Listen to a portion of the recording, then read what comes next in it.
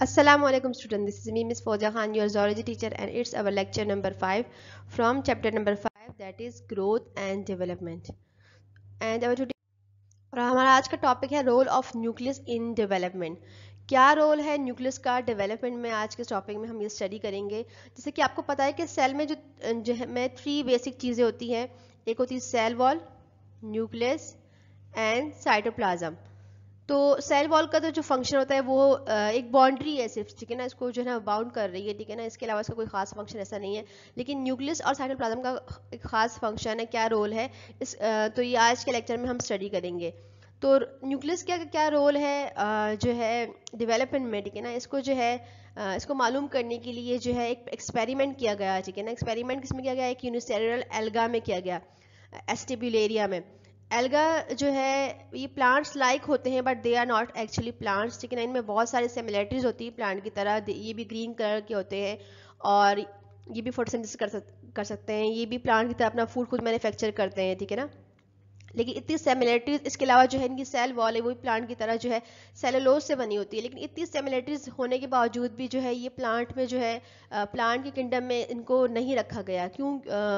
इसको एक अलग किंगडम में रखा गया, प्रोटिस्टा में रखा गया, ठीक है ना, किंगडम प्रोटोक्टिस्टा, जिसके बारे में हम पढ़ चुके हैं कि जो ऑर्गेनिज्म किसी और जो है ऑर्गेनिज्म किसी और किंगडम में फिट नहीं होता तो उसको किंगडम प्रोटोक्टिस्टा में रखा गया, ठीक है ना।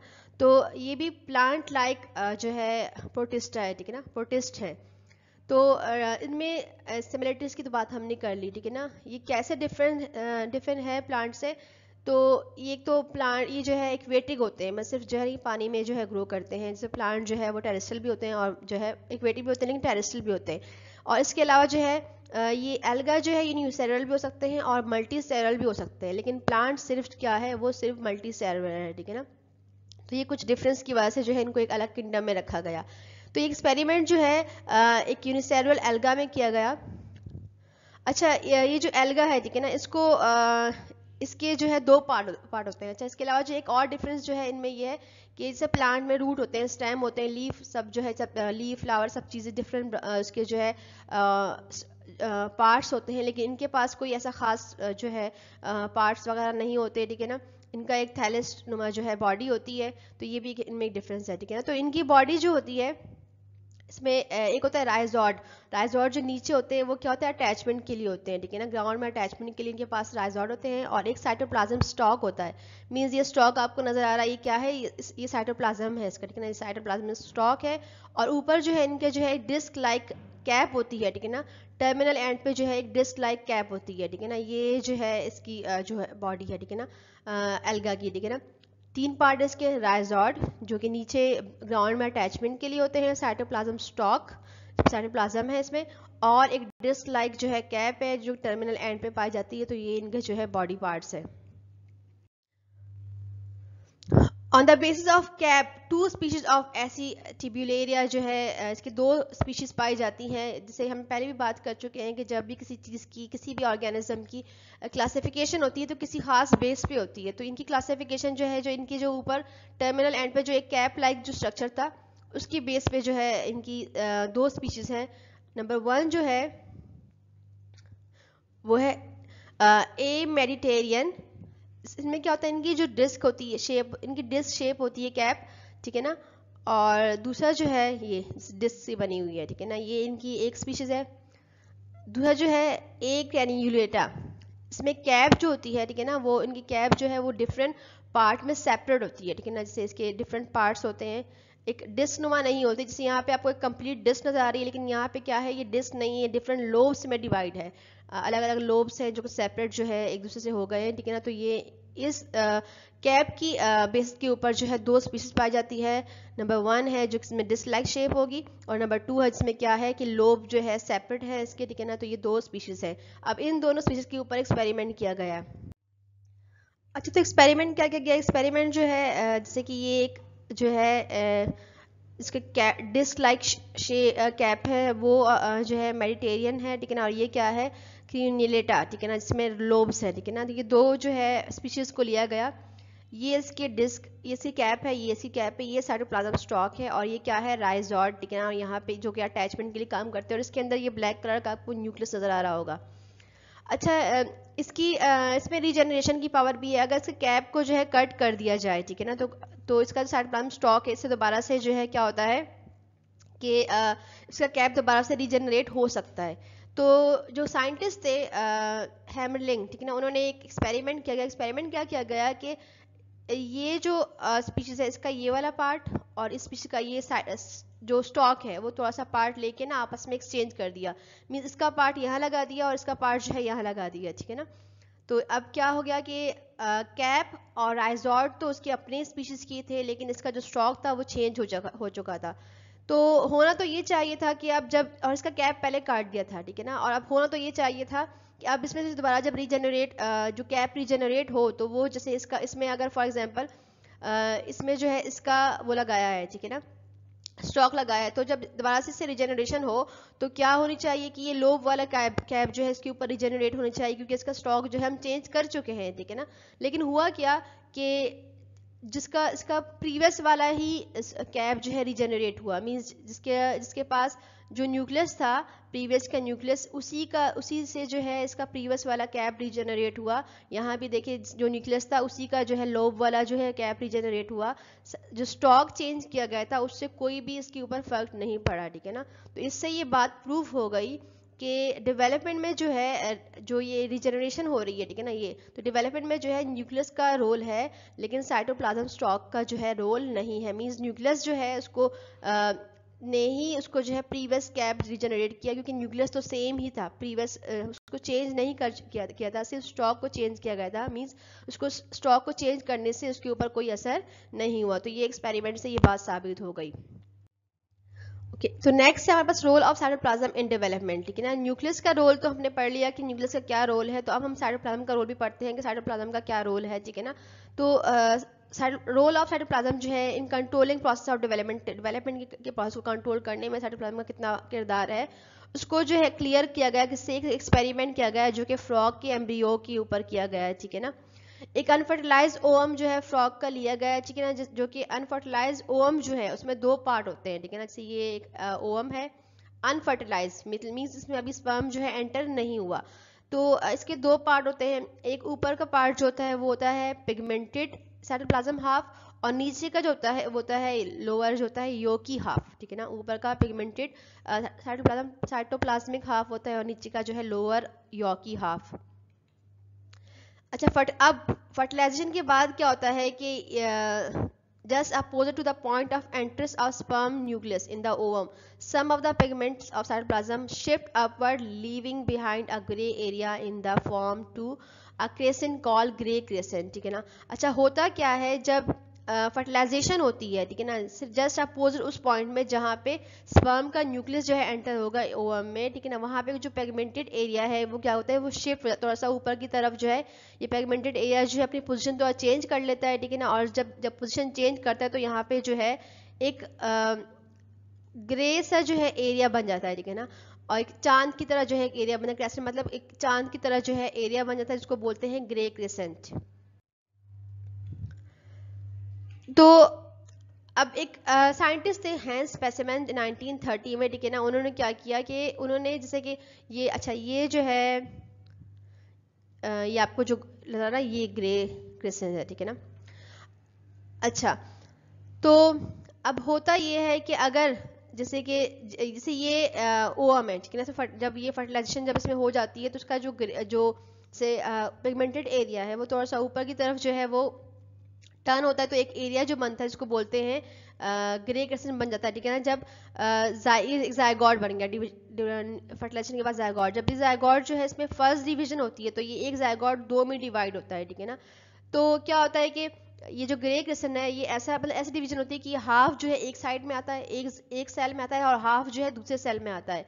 अब अगर इस स्टेज पे ये किया जाए कि इस सेल को जो है डिवाइड सेपरेट किया जाए किसी वजह से या नेचुरली सेपरेट किया जाए, तो क्या होता है कि इससे जो है दो अलग अलग जो है एम्ब्रियो बनेंगे, ठीक है ना। टैडपोल, अगर हम टैडपोल की बात करें तो दो अलग अलग टैडपोल बनेंगे, ठीक है ना।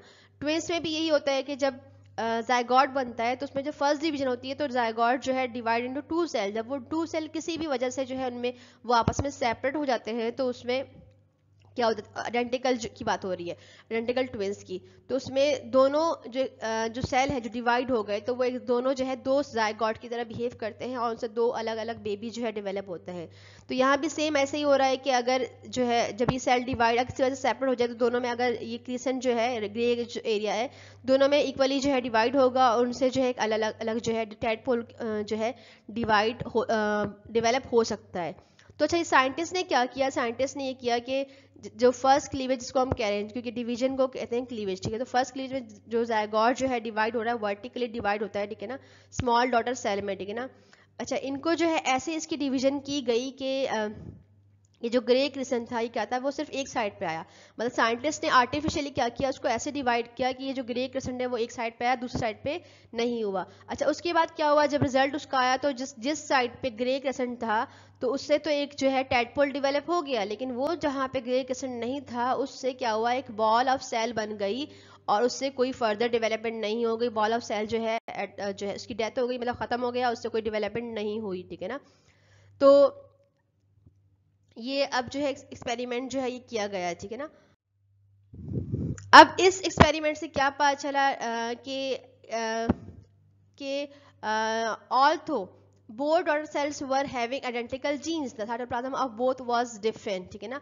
लेकिन जिससे क्या हुआ कि अगर जो दोनों डॉटर सेल थे उनके पास आइडेंटिकल जीन्स थे, लेकिन क्या था, साइटोप्लाज्म जो है दोनों का वो अलग हो गया था। क्यों अलग हो गया था, क्योंकि उसको एक में ग्रे क्रेसेंट था और दूसरे में ग्रे क्रेसेंट नहीं था। तो it can support the idea कि साइटोप्लाज्म जो है containing grey crescent is required for the normal development of frog. इससे ये बात साबित हो गई कि जो साइटोप्लाज्म जिसमें ग्रे क्रेसेंट हो वो रिक्वायर्ड है नॉर्मल डेवलपमेंट के लिए, ठीक है ना। Thus it proved that cytoplasm do have some regulatory effects on the expression of genes, ठीक है ना। इससे ये बात भी साबित हो गई कि साइटोप्लाज्म का भी कहीं ना कहीं रोल है एक्सप्रेशन ऑफ जीन्स, मतलब जीन्स के एक्सप्रेशन में जो है इसका भी रोल है, ठीक है ना। ऐसा नहीं कि ऐसे फालतू पड़ा हुआ है, इसका भी रोल है, ठीक है ना। तो ये इस एक्सपेरिमेंट से ये बात साबित हो गई। ओके, तो नेक्स्ट हमारा टॉपिक है एजिंग, ठीक है ना। व्हाट इज एजिंग, जैसे कि आप उर्दू में इसको जैसे बुढ़ापा कहते हैं, ठीक है ना। तो एजिंग जो है हम इसके टॉपिक पर पढ़ते हैं। तो एजिंग है क्या, the body of multi cellular animal, ठीक है, undergoes the process of progressive deterioration called ageing. जितने भी मल्टी सेलुलर ऑर्गेनिज्म है, ठीक है ना, वो एक प्रोसेस के जरिए से गुजरते हैं, ठीक है ना, जिसमें जो है प्रोग्रेसिव जो है सेल डैमेज होते रहते हैं, ठीक है ना। मतलब एक पीरियड से एक स्टेज वाइज जो है इसमें सेल जो है डैमेज होना, ठीक है ना, उनका टूटना, ठीक है ना, होता रहता है, ठीक है। इसको हम कहते हैं एजिंग। जैसे कि हर चीज़ की स्टडी को कुछ जो है सेपरेट नाम दिया गया है, स्पेसिफिक नाम दिया गया है। तो यहाँ भी एजिंग, स्टडी ऑफ एजिंग या साइंस ऑफ एजिंग को जो है जेंटोलॉजी का नाम दिया गया है।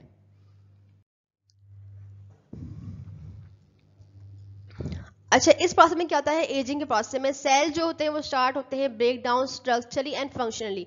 मतलब सेल जो होते हैं हमारी बॉडी के वो उनके स्ट्रक्चर भी जो है ब्रेक डाउन हो रहे होते हैं और फंक्शनली मतलब उनके फंक्शन भी डैमेज हो रहे होते हैं, उनके स्ट्रक्चर भी डैमेज हो रहे होते हैं, ठीक है ना।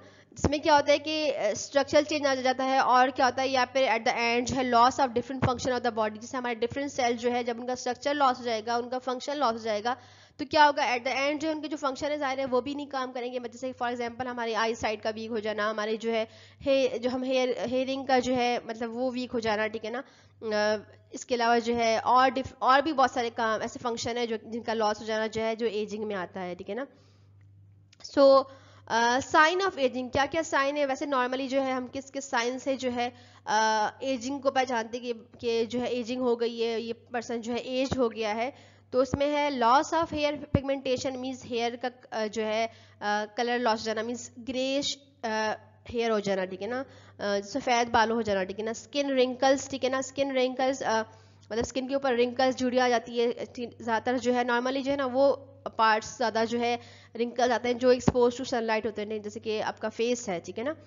और इसके अलावा जो है development of small pigmentation area in the skin में डिफरेंट पार्ट्स पे जो है धब्बे से बन जाते हैं। और जनरल वीकनेस, जैसे आपको पता है जैसे कि एज बढ़ती है तो इंसान जो है इंटरनली वीक हो रहा होता है, ठीक है ना। इंक्रीज ऑफ फैट डिपोजिशन, ठीक है ना, फैट डिपॉजिट हो रहा होता है, मीन्स आपने ज़्यादातर लोगों को देखा कि उनके जो है फैट बहुत ज़्यादा फैट जो है उनमें डिपॉजिट होता है, बहुत ज़्यादा मोटे होने लगते हैं। मीन्स ज़्यादातर टमी का पार्ट जो है वो उसमें फैट डिपॉजिट होता है। इसके अलावा poor vision means I site का वीक हो जाना, ग्रेजुअल लॉस ऑफ मेमोरी, ठीक है ना, मीन्स आहिस्ता आहिस्ता जो है वो चीज़ें भूलने लगता है, मतलब उनकी मेमोरी जो है वो वीक हो जाती है।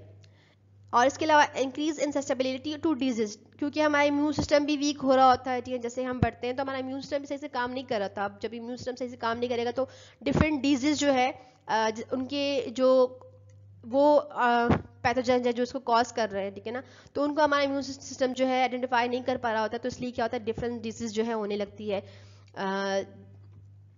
जैसे कि और इसके अलावा डेवलपमेंट ऑफ डीजेनरेटिव डिजीज, जैसे कि ऑस्टियोपोरोसिस जो है नॉर्मली हम जैसे पढ़ चुके हैं कि मेंस्ट्रुअल साइकिल्स में एस्ट्रोजन की कमी से जो है ये वुमेन्स में होता है, लेकिन ये एजेड पीपल में एक वजह इसकी ये भी कि एज जैसी एज बढ़ती है तो इसमें भी जो है ये इसमें भी होने लगता है, जैसे इसमें बोन्स जो है पॉरस मीन्स और हॉलो और थिन होना शुरू हो जाते हैं, मीन्स अंदर से खोखले होना शुरू हो जाते हैं, ठीक है ना। आर्थराइटिस, इस डिजीज के बारे में हमने पढ़ा कि ये जो है जेनेटिक डिजीज भी है और ये एज में भी होता है, एज फैक्टर भी इसको जो है इसका है, ठीक है ना, जिसमें क्या होता है कि जैसे हमारे जॉइंट्स हैं, ठीक है ना, ये हमारे जॉइंट्स के नीचे जो है एक कार्टिलेज सी लगी होती है, ठीक है ना, कार्टिलेज जो कुशन का काम जो है प्रोवाइड कर रही होती है, ठीक है ना। अभी एक बोन है दूसरी बोन है, ठीक है ना, इसके दोनों के इर्द गिर्द जो है कार्टिलेज लगी होगी। अब क्या होता है जैसी एज बढ़ती रहती है यहाँ पे कैल्शियम की डिपोजिट, अच्छा ये कार्टिलेज जो है सॉफ्ट बोन्स होती है, तो इससे क्या होता है जैसी एज बढ़ती है तो ये जो है इसमें कैल्शियम डिपॉजिट होना स्टार्ट हो जाता है, लेकिन जब जैसे कैल्शियम डिपॉजिट होना स्टार्ट हो जाता है तो ये ना ब्रेक डाउन हार्ड होकर ब्रेक डाउन हो जाती है, तो क्या होता है कि आपस में ये बोन्स जो है ग्राइंड करेंगे टकराएंगी तो उससे क्या होगा कि जॉइंट्स जो है स्वेल हो जाते हैं, ठीक है ना, तो ये भी जो है ये जेनेटिकली भी मतलब हेरिडिटी डिजीज भी है और इसके अलावा जो है एज फैक्टर भी इसको जो है इफेक्ट कर रहा होता है, ठीक है ना। तो ये कुछ साइन है एजिंग के। अच्छा अभी इतनी जो है मतलब एडवांसमेंट आ गई है, लेकिन फिर भी जो है एग्जैक्ट जो कॉज है एजिंग का अभी तक जो है मालूम नहीं हो चुका कि क्या वजह है जिससे एजिंग हो रही है, ठीक है ना। लेकिन कुछ इसके बारे में जो है ऐसी साइंटिस्ट ने कुछ एक्सपेरिमेंट किए जिसके ज़रिए जो है ये मालूम करने की कोशिश की गई कि क्या वजह है एजिंग के लिए, एजिंग की क्या वजह है। तो फर्स्ट जो वजह बताई गई वो है जेनेटिक ओरिजिन, ठीक है ना। जेनेटिक ओरिजिन जो है ये दो साइंटिस्ट ने जो है कहा गया एक्सपेरिमेंट करने के बाद उन्होंने कहा था कि we are genetically program to age, मतलब हमें ऐसे बनाया गया है, हमें ऐसे प्रोग्राम किया गया है कि हमें एक ना एक दिन जो है एज में जाना है, ठीक है, मतलब हमें एक दिन बूढ़ा होना है, ठीक है ना। तो उन्होंने क्या किया, उन्होंने एक कल्चर लिया, एक नॉर्मल एम्ब्रियोनिक ह्यूमन सेल, ठीक है ना, मतलब इन्होंने ये अपनी बात को प्रूफ करने के लिए क्या किया कि एक एक्सपेरिमेंट किया गया, उसमें उन्होंने एक एम्ब्रियोनिक ह्यूमन सेल लिया गया, ठीक है ना, जिसको जो है और इसको एक मीडियम में रखा गया। तो उनको ये बात पता चली कि एक नॉर्मल सेल जो है वो 50 टाइम या फिर अगर काउंट ना भी करें तो मतलब एक लिमिटेड टाइम तक जो है उसमें जो है डिवीजन हो रही है, मीन्स वो डिवाइड कर रहा है, लेकिन उसके बाद क्या हो रहा है कि वो डिवाइड करना स्टॉप कर रहा है और उसकी जो एंटायर पॉपुलेशन है वो क्या हो रही है, वो डेड हो रही है, ठीक है ना। मीन्स इससे बात इस प्रैक्टिकल से ये बात पता चली कि जो नॉर्मल सेल है उसमें लिमिटेड पोटेंशियल है डिवीजन की, मतलब एक वो लिमिटेड टाइम तक जो है डिवाइड होता है, उसके बाद जो है उसमें डिवीजन स्टॉप हो जाती है, ठीक है ना।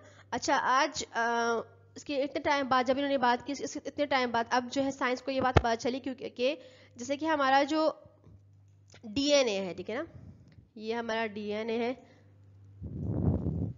ये हमारा एसेंशियल डीएनए जो कि रिक्वायर्ड है हमारी बॉडी के फंक्शन सेल के फंक्शन के लिए, ठीक है ना। इसके अलावा जो है यहाँ पे जो डीएनए इसके पास जो है एक और भी जो है ना यहाँ पे डीएनए होता है जो कि नॉन एसेंशियल डीएनए होता है, ठीक है ना। अब ये एसेंशियल ज़रूरी है और ये नॉन एसेंशियल है, ठीक है ना। ये क्या करता है, ये इसको टीलोमेरेज कहते हैं, टीलोमेयर्स, ठीक है ना, टीलोमेयर्स कहते हैं, ठीक है ना। अब होता क्या है कि जब ये सेल डीएनए डिवाइड होगा तो जितनी बार डिवाइड होगा इसका यहाँ से थोड़ा सा पार्ट जो है ये यहाँ से खत्म हो जाएगा, फिर यहाँ से थोड़ा सा पार्ट जो है इसका खत्म हो जाएगा, फिर दोबारा डिवाइड होगा तो यहाँ से पार्ट खत्म हो जाएगा, यहाँ से पार्ट खत्म हो जाएगा, ठीक है ना। ऐसे करते करते जो है एक वक्त आएगा कि डिवीजन इतनी कर लेगा कि इसका टीलोमेरेज जो है बिल्कुल खत्म हो जाएगा, ठीक है, मीन्स नॉन एसेंशियल डीएनए खत्म हो जाएगा। अब जब डिवीजन होगी तो क्या होगा कि अब ये जो एसेंशियल डीएनए ये खत्म होना शुरू हो जाएगा। जब ये खत्म होना शुरू होगा तो मीन्स का मतलब ये है कि जो जेनेटिक इन्फॉर्मेशन है वो लॉस हो जाएगी, मीन्स वो अब जो है फंक्शन नहीं करेगा। तो ये साइंस को आज ये बात जो है मालूम हुई, तो इससे ये बात साबित हुई कि वाकई में we are program to age, हमें ऐसा बनाया गया है कि जो है मतलब हमें एक ना एक दिन जो है एज में दाखिल होना है, ठीक है ना। अब दूसरी क्या वजह थी? ओके, सेकंड जो कॉज है एजिंग का वो है gene mutation. Gene mutation, mutation क्या होता है? म्यूटेशन मीन्स कोई भी चेंज इन डीएनए या फिर जेनेटिक इंफॉर्मेशन में कोई चेंज आने को म्यूटेशन कहते हैं। तो होता क्या है कि ड्यूरिंग पैसेज ऑफ टाइम, ठीक है ना, जैसे ही वक्त गुजरता है, ठीक है, उसका क्या होता है कि एक्यूमुलेशन ऑफ जीन म्यूटेशन, जो ये म्यूटेशन में जीन में थोड़ी थोड़ी सी म्यूटेशन आ रही है, थोड़ी सी चेंजिंग आ रही है, ये एक्यूमुलेट होना स्टार्ट हो जाती है, एक्यूमुलेट हो जाती है, तो क्या करती है कि ये capacity of self repairing of DNA, ठीक है ना, during its replication is loss. जब ये डीएनए अपने जब रिप्लिकेट करता है तो वो जो है इसमें सेल्फ रिपेयरिंग की भी एबिलिटी होती है। तो जब ये जो म्यूटेशन जो है एक्यूमुलेट होने की वजह से क्या होता है कि डीएनए जो है अपनी सेल्फ रिपेयरिंग की एबिलिटी को लॉस कर लेता है, ठीक है ना। फिर जब वो ये अपनी सेल्फ रिपेयरिंग की एबिलिटी को लॉस करता है तो डीएनए जो है इसके ऊपर डिफरेंट जो है रेडिकल्स, फ्री रेडिकल्स जो है अटैक करते हैं और उसको जो है ख़त्म करने की कोशिश करते हैं, जिसकी वजह से क्या होता है कि जो हमारे सेल है उनकी फंक्शनिंग जो है वो लॉस हो जाती है, इसकी वजह से एजिंग जो है होने लगती है। अच्छा, जैसे मैं पहले बता चुकी हूँ कि ऐसी अभी तक कोई ऐसी चीज़ जो है साइंस ने जो है डेवलप नहीं की, इंट्रोड्यूस नहीं की, जिससे जो एजिंग के प्रोसेस को स्टॉप किया जाए। लेकिन बहुत सारी चीज़ें जो है ऐसे जो है डेवलप हो चुकी हैं, मतलब जिससे एजिंग को जो है स्लो डाउन किया जा सकता है। जैसे कि लोग जो है मेडिसिन सप्लीमेंट्स ले रहे होते हैं और उसके अलावा जो है क्रीमें यूज़ कर रहे थे रिंकल्स कम करने के लिए। इसके लिए बहुत सारी चीज़ें ऐसी होती हैं जिसको आप स्लो डाउन कर सकते हैं। अच्छा, इसके अलावा जो है कुछ ऐसी चीज़ें भी हैं जो कि करने से क्या हो जाता है कि हम अपने आप को फिट रख सकते हैं, अपने हम जो है ये अपनी एज के प्रोसेस को जो है स्लो कर सकते हैं। जैसे कि लो फैट डाइट के मतलब वो खाना ले जिसमें फैट ना हो, जिसमें कोलेस्ट्रॉल कम हो, ठीक है ना, वो खाने से वेजिटेबल्स हैं और जो है इसके अलावा फ्रूट्स हैं, क्योंकि फ्रूट्स में जो है क्या है ये जो है एंटीऑक्सीडेंट उसको उनको कहते हैं, क्योंकि ये जो है फाइट करते हैं, हमें जो है प्रिवेंट करते हैं डिफरेंट जो है डिजीज से, जो है ये प्रिवेंट करते हैं। तो ये जो है हमें हमारी जो है एजिंग के स्लो डाउन करने में भी हेल्प करते हैं। इसके अलावा जो है एरोबिक, ठीक है ना, एक्सरसाइज वगैरह है, ठीक है ना, जो एक्सरसाइज करना, वॉक करना, ये भी क्या, इससे भी हम फिट रह सकते हैं और ये भी जो है हमारे एजिंग के प्रोसेस को स्लो कर सकते हैं। स्टॉप तो कोई भी नहीं कर सकता, लेकिन ये क्या है कि कई हद तक जो इसको जो है स्लो किया जा सकता है, ठीक है ना।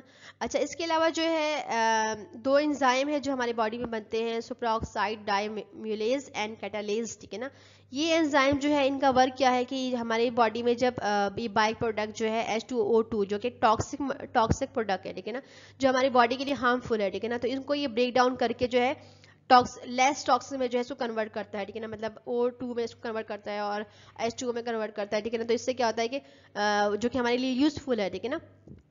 तो जैसे ही वक्त गुजरता है, जैसे ही एज की तरफ हम बढ़ते हैं, तो ये जो एंजाइम्स है, ठीक है ना, ये बनना जो है कम हो जाता है या फिर बिल्कुल बनता ही नहीं। तो जैसे ये बनेगा नहीं तो मीन्स हमारी बॉडी में H2O2 जो है वो बाय प्रोडक्ट जो है वो ज़्यादा बनेगा और जो कि हमारी बॉडी के लिए टॉक्सिक है, तो ये जो है ग्रेजुअली जो है हमारे सेल्स को जो है वो डिनेचर करना शुरू कर देता है, ठीक है ना। तो ये एंजाइम भी जो है ये भी एजिंग को कॉज कर रहे होते हैं। So this is all about today's lecture. यहाँ पे हमारा आज का लेक्चर ख़त्म हुआ। इंशाल्लाह जो हम नेक्स्ट क्लास में जो है इससे आगे टॉपिक जो है इसको कंटिन्यू करेंगे, जो कि हमारा लास्ट टॉपिक होगा इस चैप्टर का, और फिर हमारे चैप्टर जो है ख़त्म हो जाएगा। तो तब तक के लिए अपना बहुत सा ख्याल रखिएगा। अल्लाह हाफिज़।